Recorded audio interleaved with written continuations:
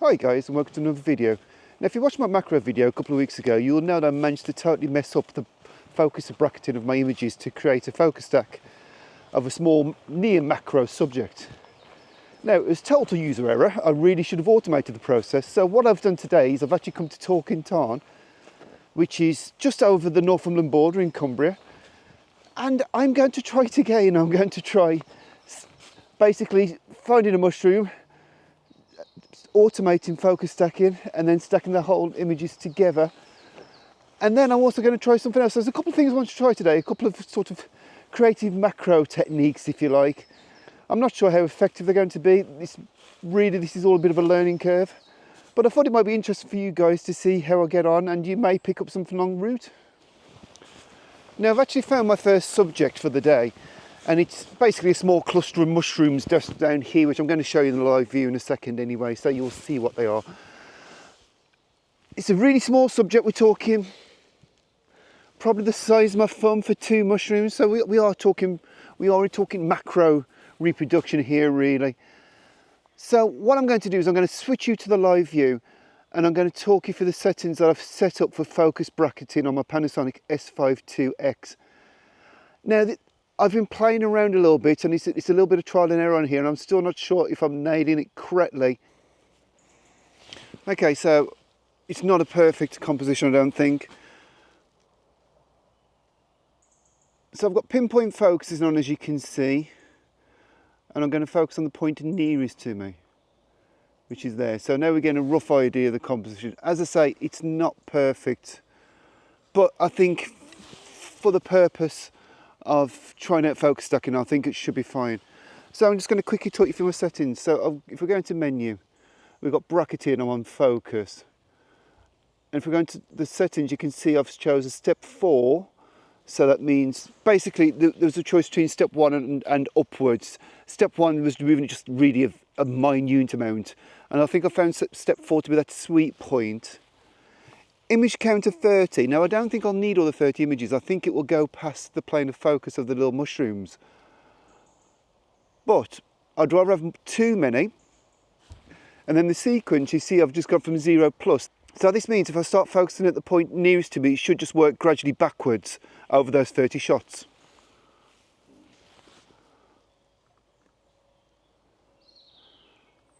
And I think that probably is about the nearest point. As I say, it's a bit of trial and error this, but one last thing to mention is I've got the camera set at f4, aperture priority, f4, ISO 100, so nothing should change. So it should literally just be a case of pressing it, then it will sequence through all of the shots, which hopefully we can see there.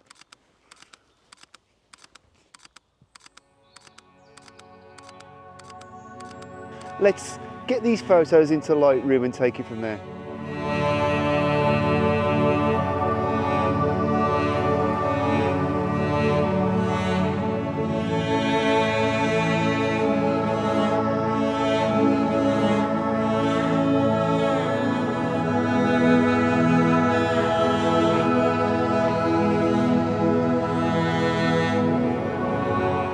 I'm just going to go for an F20 shot and see how that looks. So then what we can do is you would have just seen the stacked image, hopefully, obviously it didn't work last week. So then what we can do is we can compare the stacked image which you've just seen against this shot which I took at F20 and see what the actual benefits are for the focus of bracketing and stacking of the image to create one final shot with good front to back sharpness.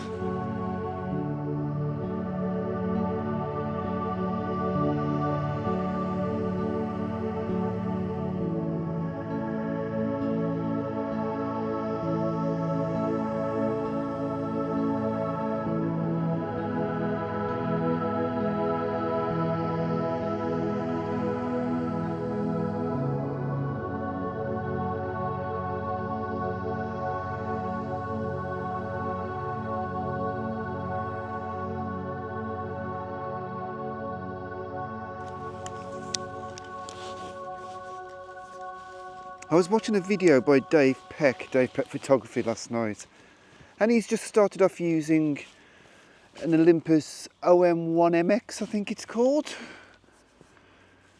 with the Olympus 60mm macro, I believe. And I've got to say, the results were really, really impressive of what he did. And I've also got to say that his whole setup looks so much lighter than what I'm using, and probably actually better for the job. And it's made me think that whilst I have still got a couple of Micro Four Thirds cameras, but I haven't used one of them for ages, to be honest. And the other one's my drone, so that gets used all the time. But we'll take that one out of the equation. So it has made me think that the time has come to pick up a better Micro Four Thirds camera, because obviously after my little tiz with the OM5, I sort of lost a little bit of faith in it. But I think the answer is going to be going back to an older model, because I really want to do this sort of stuff. I enjoy doing macro. I think I like the challenge of it. I like learning new things, and really, as you've seen from this video, a lot of it is all about, it's about learning, improving yourself, trying different things out. And I really want to do that macro, but what I don't want to do is necessarily have to carry around all of this, because as soon as I start putting this onto the equation as well, which is my flash, well, it all starts to get in really, really heavy, man. So yeah, you'll only get that if you ever watch the young ones. So I think I probably will pick up a Micro Four Thirds camera with probably the 60mm macro, and almost create a second macro system, and just really keep this just for other things, panoramics and paid work. I don't know. It's a thought I'm having, but I think it's a distinct possibility. Anyway, back to the shoot. What I'm trying to do here is, there's a fern in front of me, which you may or may not be able to see. And I said I wanted to try a couple of different things out. Well, I want to try out the new flash I've got. So I want to do off-camera flash. So I'm thinking almost an abstract view of this fern. So I'm just going to faff on a little bit. Okay, so I've set something up. It's okay. I think a lot of this shoot today is for practice purposes, I'll be honest. Right, I'm going to take this shot to show you what it's like.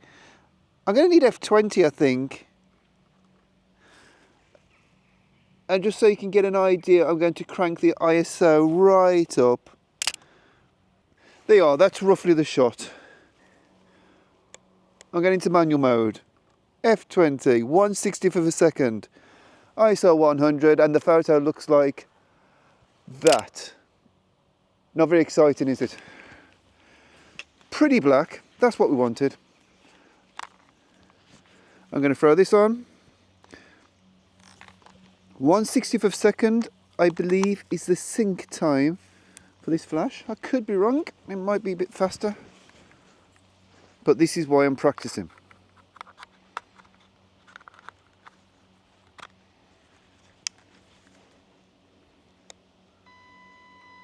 I've got this on manual mode at the moment. I don't know if this shutter speed is going to be good enough. What I'll do, as I take each shot, it will come up there.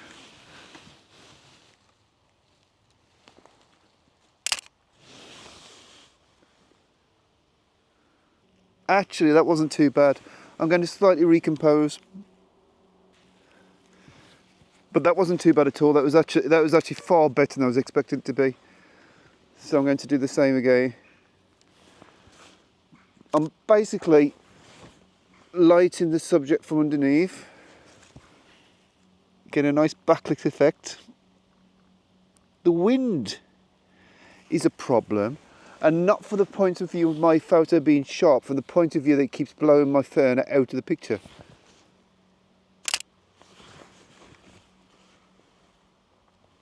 I'm going to try a couple of different angles.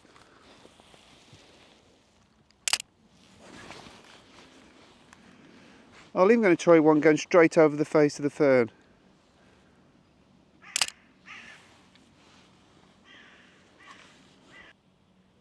Right, actually, looking at it, the best angle seemed to be round here. I think flash power is pretty decent.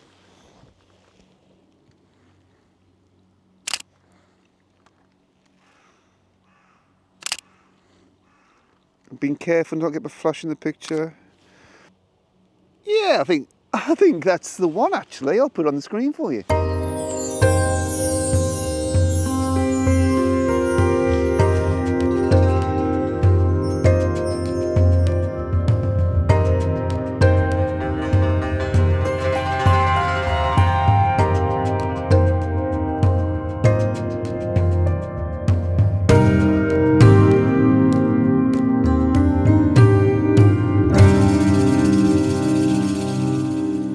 So yeah, as you can see, the Panasonic S5 II and the 105 Sigma Art macro lens is working perfectly.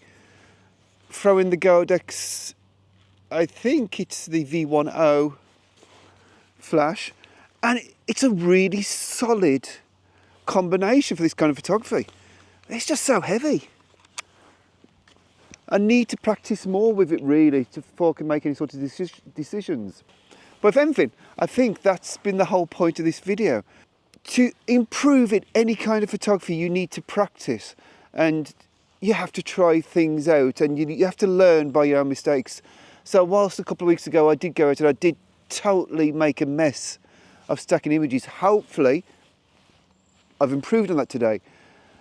You know what they say, practice makes perfect. So I'm hoping that the stacked image of the mushrooms will have worked. Now, I'm not going to say that it's going to be the world's greatest photo, but that hasn't been the point of this, has it? Because sometimes I think it's a waste of time practicing when your conditions are absolutely perfect and you've got the perfect subject and then getting it wrong.